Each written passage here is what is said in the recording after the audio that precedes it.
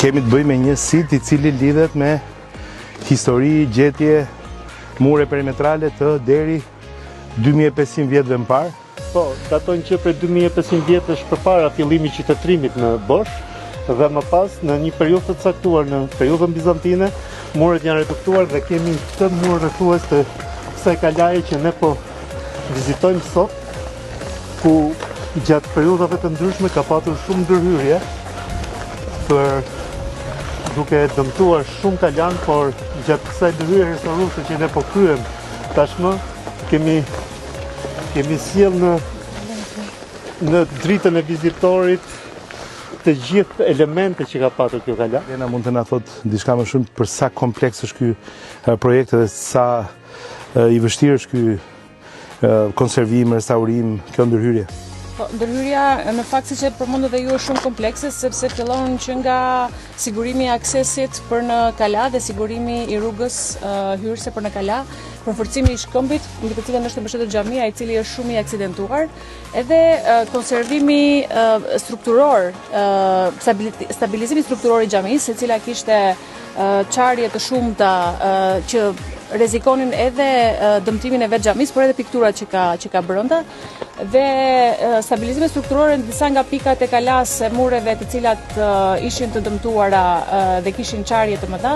si dhe konservimi I të gjithë mureve perimetrale, por të gjitha strukturave që janë brenda. Pra për ata që po na dëgjojnë tani duhet ta kuptojnë që nuk është fjala për një projekt do si do, që këtu bëhet fjalë për një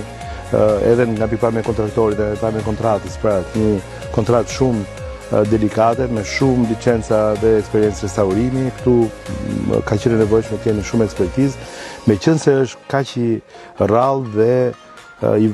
vështirë dhe I komplikuar si proces. Ne kemi ekipin e ekspertëve të konservuesve, të cilët merren me konservimin e pikturave murale që janë brenda në xhami.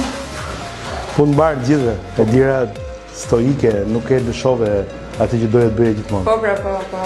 Bravo. Me ca sfida të vështira si Borshi për shembull, që është një sfidë të rëndë, Por ja vlen që